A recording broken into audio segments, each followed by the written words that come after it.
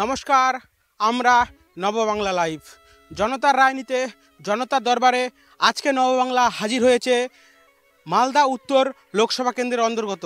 আমরা ঘুরে দেখছি গ্রাম বাংলার অন্তত প্রান্তিক এলাকার কি হাওয়া, কি দাবি দেওয়া।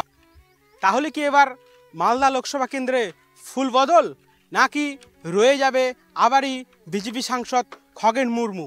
আমরা মালদা উত্তর লোকসভার মালতীপুর বিধানসভায় জনতার দরবারে জনতার রায় নিতে পৌঁছে গেছি। নমস্কার, আপনার কি নাম? মুকুল মণ্ডল। সামনেই তো লোকসভা নির্বাচন, কি কি বিন্দুকে সামনে রেখে ভোট দিবেন? উন্নয়ন। এলাকায় সাংসদের দ্বারা পানীয় জল, রাস্তা, লাইট পৌঁছেছে কি? সাংসদের দ্বারা সেরকম কিছু হয়নি আমাদের এই এই গ্রাম্য এরিয়ায়, হয়নি সেরকম। অন্যান্য জায়গায় হয়তো হয়েছে। আর অতটা আমাদের এখানে সেরকম রাস্তাঘাট একটা ধরা হয়েছে বলে নাকি শুনেছি, যদিও সেটা হলে খুব ভালো হবে আর কি।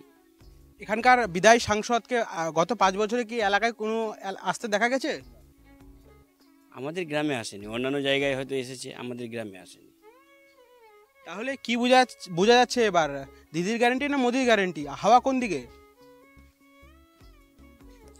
এখন দিদি মোদি দুটোই বোধহয় হাওয়া, যেটুকু বোঝা যাচ্ছে আর কি।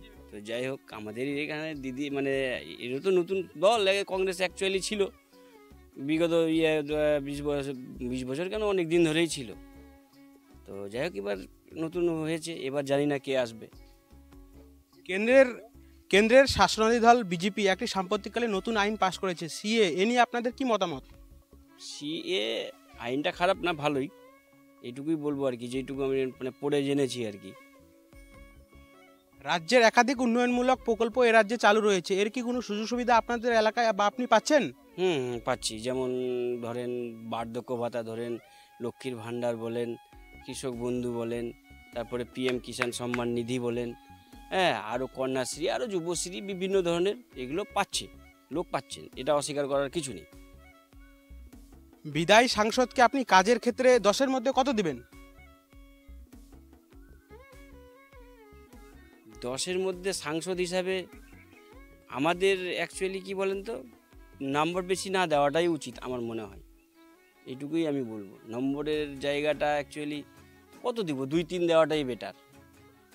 মানে সেরকম যোগাযোগ রাখে না, যদিও আমাদের গ্রামে হয়তো অন্যান্য নেতাদের সাথে হয়তো যোগাযোগ রাখে, এটাই বলবো আর। আপনি আগামী প্রধানমন্ত্রী হিসেবে কাকে দেখতে চাইবেন?